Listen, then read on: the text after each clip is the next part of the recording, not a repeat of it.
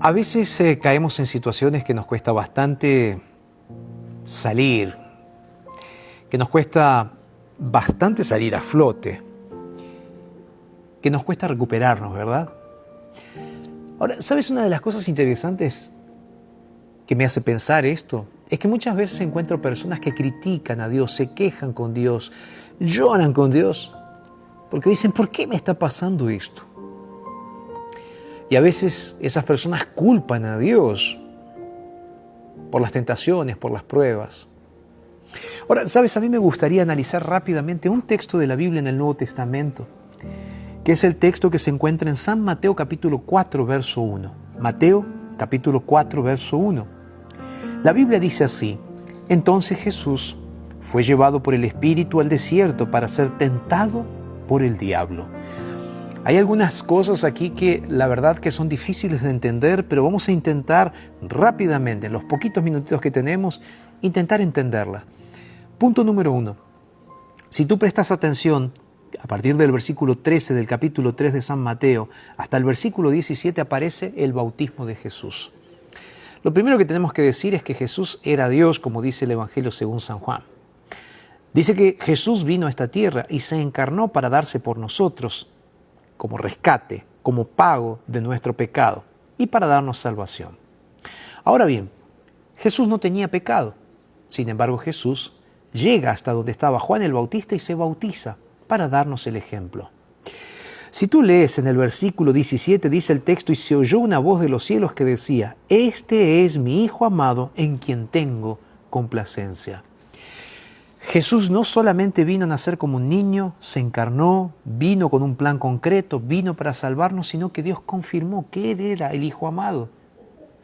Ahora bien, Jesús había sido bautizado y había sido confirmado de que Él era el Hijo amado de Dios. ¿Cómo entiendes entonces el hecho de que en el capítulo 4, verso 1, que fue el texto que leí, dice entonces Jesús fue llevado por el Espíritu? ¿Cuál Espíritu? El Espíritu de Dios que se había posado sobre Él en forma de paloma. El Espíritu que había venido sobre Jesús para confirmar que Él era el Hijo de Dios. Fue ese mismo Espíritu que lo llevó al desierto para que Jesús sea tentado por el diablo. Ahí entonces surge la pregunta, ¿los cristianos pueden pasar por pruebas y tentaciones? Claro que pueden. Es Dios quien nos coloca delante de esas pruebas y tentaciones. Muchas veces puede ser que sea Dios quien te coloca delante de esas tentaciones para probarte y para que salgas vencedor de esas pruebas y para que te vaya mejor, para que demuestres que realmente eres fiel al Señor. Ahora, no culpes a Dios por esas pruebas que llegan por tus malas decisiones. Nosotros a veces tomamos decisiones equivocadas que nos hacen tener consecuencias dolorosas.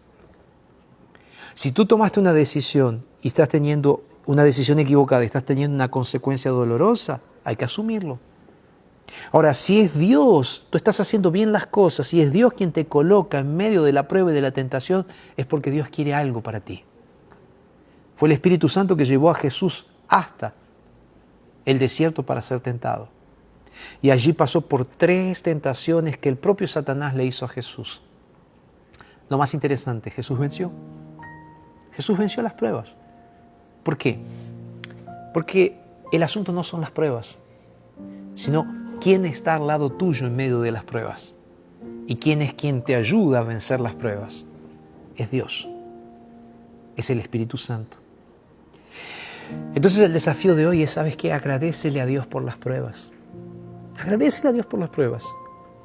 Vive esas pruebas para gloria de Dios. Y dile a Dios, Señor, yo quiero que en medio de esta prueba tú puedas estar conmigo. Y Dios va a estar. Dios te va a cuidar. Y Dios te va a hacer salir victorioso. ¿Vamos a orar? Señor, gracias por el ejemplo de Jesús. Y aunque a veces nos duele, Señor, cuando nos lleves por el valle de sombra y de muerte, Señor, no vamos a tener miedo porque tú estarás con nosotros. Aunque andemos en el valle de la tentación, pedimos que tu Santo Espíritu esté con nosotros y nos ayude a ser victoriosos. Oro por quienes están luchando, Señor, y oro en el nombre de Jesús.